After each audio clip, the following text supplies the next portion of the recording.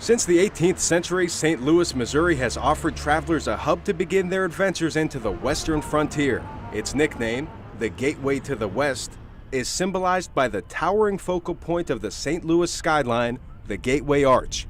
Historian Bob Moore says it was all about location. St. Louis it's pretty centrally located in the middle of North America. The arch itself is on the Mississippi River, and just about 18 miles north of here is the Missouri River, which runs all the way out to the Rocky Mountains. So being on these river systems enabled St. Louis to be right in the middle of everything that was going on. People used the rivers as much as possible to get from place to place.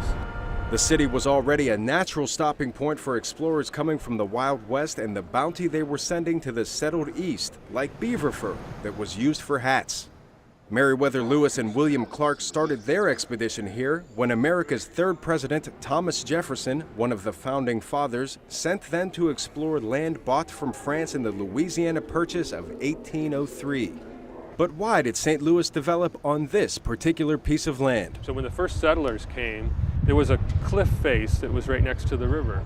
And the only break in that bluff was just about where the south leg of the arch is today. So the leg of the arch you see behind me, that's where the break in the bluff was. And so that was the easy way to get from the river up to the top of the cliff, because it's the first place along the river closest to where the two rivers come together, where a community could be placed and could thrive and not have to worry about being flooded out. Flooding may not have been an issue, but a great fire that started on the riverfront reduced much of Old St. Louis to ash in 1849.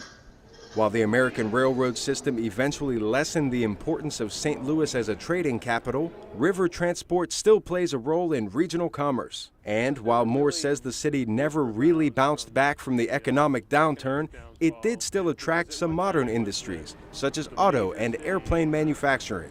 St. Louis is also home to an American favorite. But Anheuser-Busch is located here, a manufacturer of beer going back into the 1800s, and the Budweiser brand of beer since 1876. And this is where it all started, in St. Louis. In addition to being the home of the world's largest selling beer company, Moore says St. Louis offers many other amenities, especially free activities that can be helpful in tough times. Our zoo, our history museum, our art museum, most of our cultural institutions are all free of charge. And so it's wonderful for families because they can just take their kids and it isn't a huge financial burden. And almost all of these sit on the site of the 1904 World's Fair. With many public places perfect for families, couples, kids, and adults, Moore says there is still one place the visitors absolutely must experience. Oh, they have to come see the arch. They have to come see the arch. From the Gateway Arch, Arash, Arabasadi, VOA News, St. Louis.